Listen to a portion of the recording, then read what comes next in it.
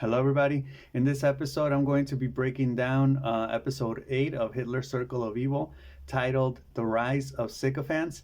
And this one actually deals a lot with Hitler's personal friend, pal, buddy, and architect, Albert Speer. Now, we are in early 1942, and it's basically Germany fighting the two front war. They're fighting the Soviets on the Eastern Front, and they're fighting the Allies on the Western Front, right? And it's basically a war now more than militarily, like economically and of production. So you're trying to gather as much basically armament, weaponry as you can, and trying to have soldiers to fight the war still, right? But yeah, you're basically focusing on production at this point. Now, they talk about like all of the jealousy in the inner circle, surrounding all of these different people, like Albert Speer, and basically how like Goering has been failing at this point also with his attempt to take over Britain, and then he starts to fail in Stalingrad, and which I know that's like one of the, I think from World War II, the battle between Germany and the Soviet Union is one of the most interesting ones, one of the most analyzed ones by historians. Um, and yeah, so we're like in January 1942, February 1942. It's a war of production, and Germany needs weaponry. So the Minister of Armaments, Fritz Todt, dies, and Goering wants his position, because Goering, and he was like the obvious choice, I guess, at this point, and he was also in charge of something called the 4-year plan, which was like basically a plan to rearm Germany because it had already been fighting 3 years in World War II at this point. Um, but actually, Hitler names Speer as the successor of Todt, and he names him like minister of the weapons industry or something like that. So he's in control of that. Goering is like disappointed, and he's obviously jealous. Um, and they start talking about how Hitler would give people jobs, and especially people that had no experience. And this is one of those cases because Speer has no experience whatsoever in military armaments, but he's an architect, but he gets given this position, this title. So they talk also about how Speer started working with Hitler back when he was the architect for the Nuremberg rallies, and those lights that you would see that would that would shoot up into the sky, kind of like columns, rows of columns. That was for Nazi propaganda. That was Albert Speer's idea because he saw it in the United States that they were doing that. So they talk about how they both have like this artistic sensibility, and how they're basically like pals, they're buddies, right? They're like best friends because they understand each other. So there's like an emotional connection, not just like the practical, instructional, logical, practical connection that, for example, Hitler has with Bormann, where it's just like, the instructions they say at one point. In this case, they are really like friends. They do get along with each other. They like each other. So we're in some, at this point, winter, early 1942. The German army is like stuck in Russia, and I guess it's because of the winter. So they say summer 1942, it was like the last chance of Germany to try to take over the Soviet Union. And they talk about how the US and Britain, which I think would also be an interesting point to analyze, how the US and Britain were supplying the Soviet Union, Russia, through the Arctic convoy. They were supplying them with like weaponry and things to fight the war on that front.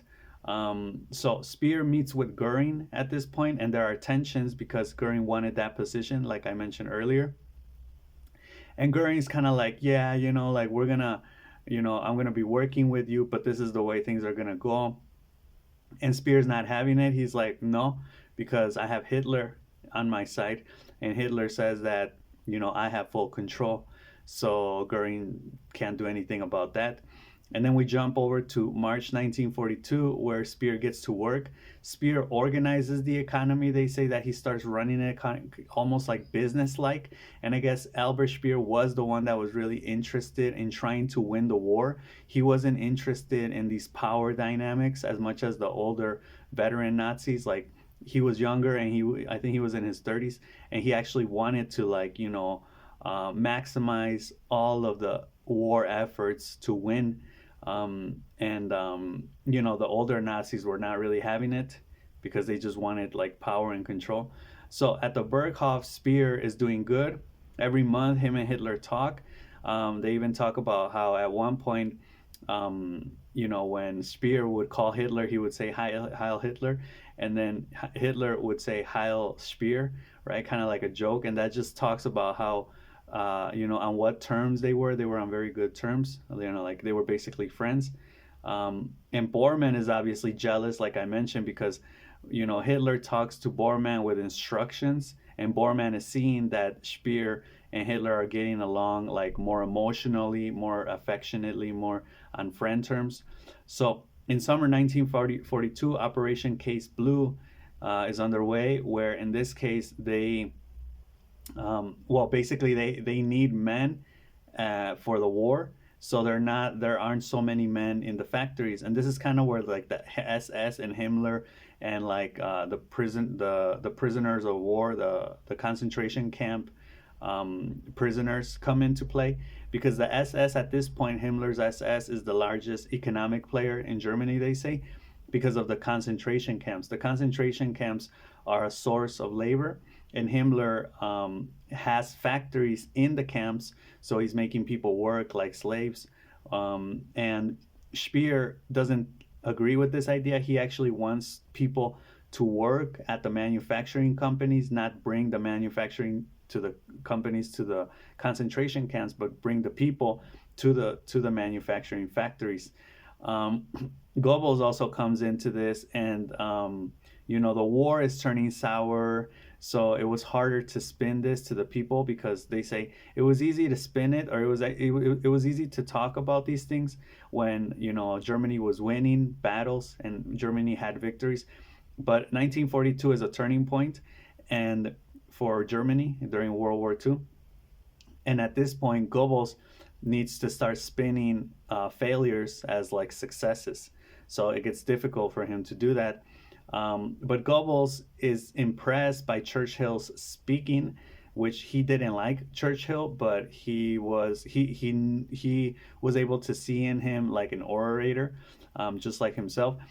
I remember the first time I saw this, I thought that Goebbels actually copies like something that Churchill says, or somebody copies something someone says, but I guess not. He just finds the inspiration to basically also motivate the German people to do everything they can for the war effort. Goebbels sees an ally in Speer, so this is a good thing. They aren't rivals, and they both basically agree that there need to be taken like austerity measures. Like they need to cut down on non-essential goods. Everybody needs to focus on the war in order for them to win it, or not win it, but I guess at this point to not lose. And they both believe, everyone should help, including women. Now, women was a touchy subject for the Nazis because they didn't want women to be like doing any type of military work or things like that. So Hitler doesn't like it. In October 1942, the total war proposal is on the table. Goebbels and Speer talk to Hitler. Hitler doesn't like it because he says it's like going back to World War I, where everybody's like, working towards the war effort, and it's going to demoralize people and all of these things. And he's right about that, but they really have no other option at this point. And he says it goes against everything that he's been saying, which it does. And I guess there was a breeding program, because they said women need to focus on creating, on birthing like the next Aryan race and things like that. But Hitler says, okay, there are going to be things that we can do, but you're going to work with Bormann. And I guess Bormann at this point is like a rival. Bormann doesn't get along with anybody, or he's trying to always undermined everybody through Hitler. And Bormann, basically, with his bureaucratic, events like meetings, he starts to slow down like the progress that Goebbels and Speer want to do.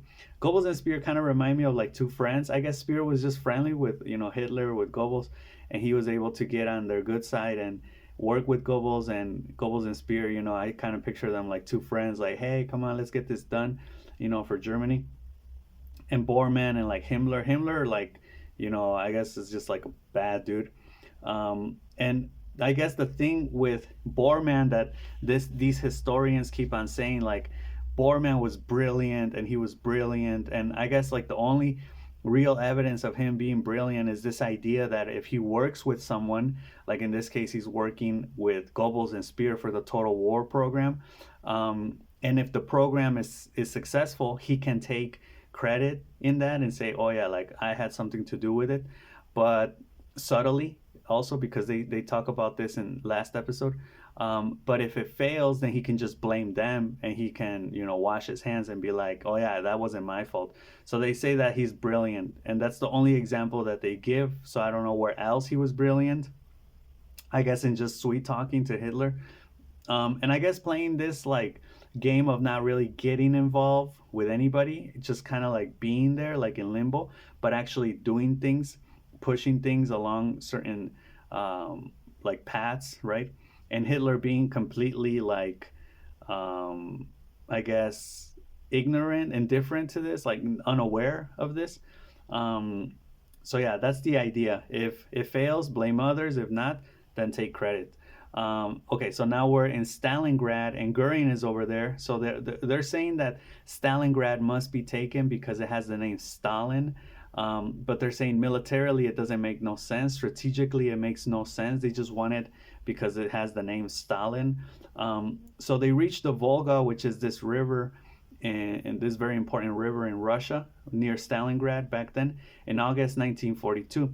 They cut off the lifeline, sorry, and they want the city. So they say this is really like, and I know there was a battle in Russia where like the people fight back and they actually start winning, the Russian people. I don't know if this was like during this time.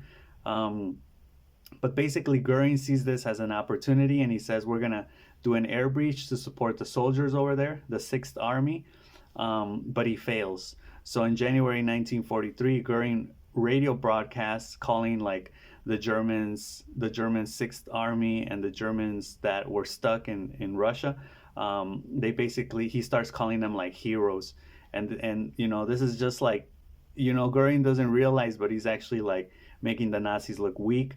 And they, at one point, like a historian says, this is like the funeral oration, because he's just basically saying like, yeah, you guys are, dead because we can't do anything to save you.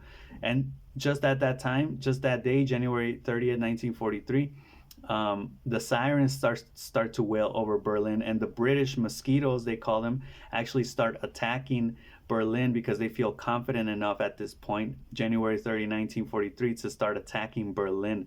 So Goering says something here before, which he says, call me Herr Mayor if, we ever get attacked in Berlin. Which Herr Mayor is like, they say like Mr. Smith, like I'm just some random guy, like I'm a nobody. So then they start calling him that, and Goering is like super humiliated. They lose 200,000 men in Stalingrad, and Hitler starts to blame the Italians, the Romanians, and the Hungarians, which are actually like on the side of the Axis. So I thought this was interesting because a lot of times we don't think about everybody that was on the Axis, right? Let's recall it was Japan, Italy, and Germany mainly, but also the Romanians and the Hungarians. So that would be interesting historically to know why the Romanians and the Hungarians were with the Axis powers. And Goering slips back into old habits. He starts, with his morphine addiction again. So Spears and Goebbels are really worried at this point, but Bormann is only thinking of power. They say Goebbels and Speer were actually independent thinkers. They wanted to save, Germany. But Bormann is just like, yeah, I'm just thinking of myself, power, Hitler, right? So February 18th, 1943, basically they say, let the people know. I think this was Goebbels who says, let the people know. And he spins Stalingrad as a heroic act, right? They say a Churchillian call to arms, kind of what Churchill was doing in Britain. And this is to show Hitler that the Germans are ready. So I guess Goebbels like handpicks like the crowd, like carefully selected crowd for them to be like all cheering and being like, yeah, let's fight till the end. And Goebbels does this to show Hitler that the Germans are ready for war, right? Well, to fight till the end. So the speech makes women work, and then they resurrect something called the Defense Council, which had been, they say, dormant since 1939, so kind of like asleep, but the powers were still in place. And this is basically a council to bypass Bormann. But there's a problem here. The head of the Defense Council is Goering, and he's unreliable, he's unavailable. And Goering is mad, they say, at one point because Goebbels' initiative for total war shuts down one of his favorite restaurants. So he can't eat there anymore. Just to give you an idea of how unavailable Goering is. And then Speer tells Goering that they both dislike Bormann, so he tries to get Goering on his side. And he tells him, like, basically, how you're number two? Well, Bormann wants to be number two, so he's going to take your place if you don't move, right? So this convinces Goering, I guess. And on April 12, 1943, they basically tried to attack Bormann. See, this part was kind of confusing because they say they attack one of Bormann's people. So not Bormann directly, but like, that mentality of drip by drip, we're going to take you down. But Goebbels is nowhere to be seen, so they never mention where Goebbels was during this meeting. And Bormann is with Himmler, so he gets Himmler on his side. Himmler just comes in the picture at this point, like out of nowhere. And then Goering actually starts attacking Speer's deputy. So Speer is worried. He sees that he's been betrayed, and he sees that these people are actually like his rivals, and they only think about themselves and about protecting themselves, right? So it's really hard to fight. It's really hard to save Germany, I guess, from Speer's point of view at this point, while battling all these people. So then we get to summer 1943, which is the biggest tank war ever. And they lose the Battle of Kursk, which was essential in Russia. And they say this battle is actually more important than Stalingrad. And at this point, Speer is trying to convince Hitler of, the war efforts, no more luxuries, only produce non-essential goods. No, don't produce non-essential goods, right? And in 1943, Germany still thinks that it can win the war, right?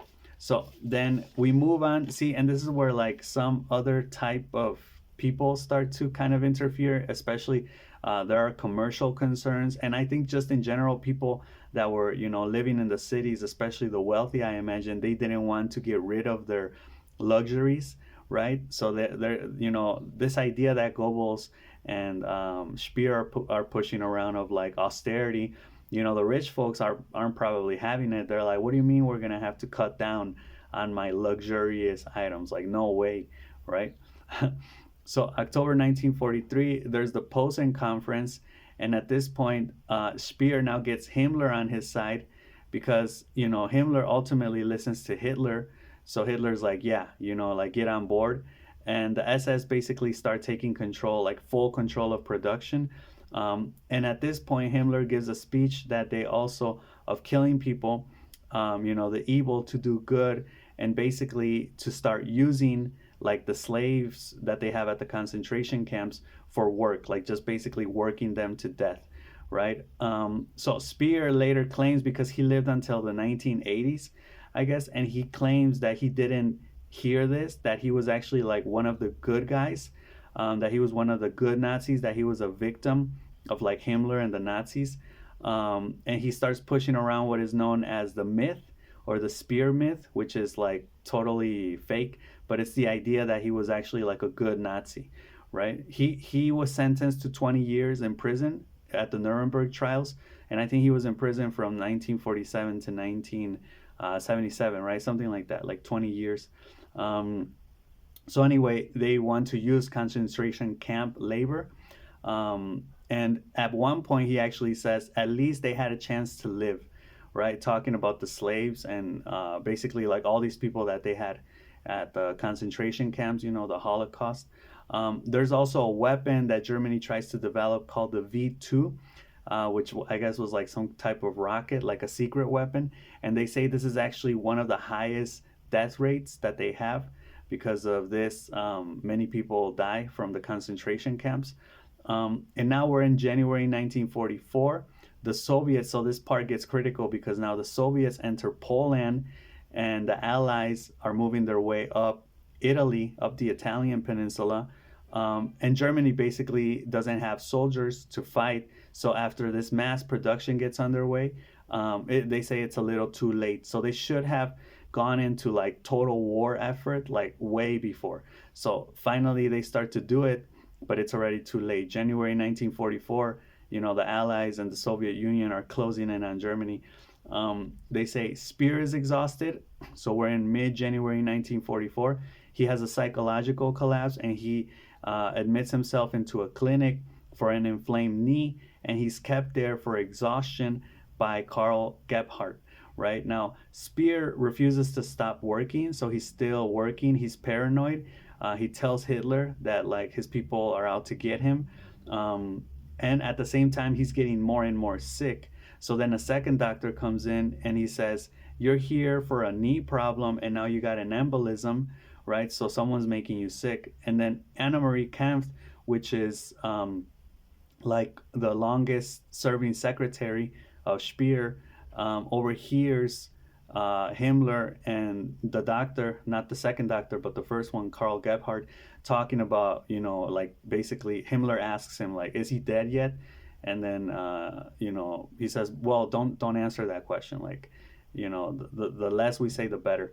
So she says it was no accident. So again, maybe there was a conspiracy to kind of get rid of Speer. Speer recovers because, like I mentioned, he survives until like the 1980s.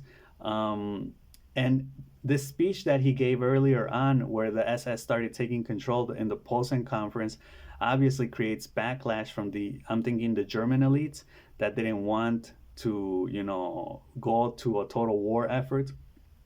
Excuse me.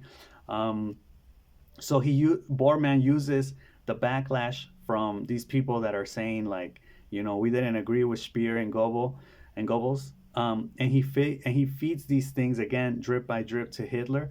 So then Hitler basically like doesn't like this, and Bormann effectively damages morale, which is what he wanted. I'm sorry. Bormann effectively damages Speer's reputation, and he says like those ideas from Goebbels and Speer are ultimately causing are damaging morale, because it's like, I assume it's like taking a defeatist perspective or position, like saying, yeah, we're losing, so we need to make our best efforts, and also because of the rich people not wanting to live a less comfortable life, right? So Speer goes down, right? He gets no more monthly phone calls from Hitler, and they actually end the episode by saying that Speer will later betray Hitler. So again, this episode was mainly focused on Speer. It's called The Rise of Sycophants. I know sycophants are like the people that are your fans, but like to an extremist perspective, to an extremist position. So yeah, this episode just basically, I guess it's like the beginning of the end for Germany, because after this, Germany ultimately gets its downfall. Things start to go down. So there were a couple things, especially like first Goering couldn't take Britain, and then the Soviet Union, the United States gets into it. So they're fighting like the world superpowers, and I guess like Germany just gets overpowered. Also having an architect be like your minister of armaments, like these people weren't qualified, I guess. And so I guess this is like the beginning of the end for Nazi Germany. So let me know what you think of this, and I'll see you in the next one. All right, peace.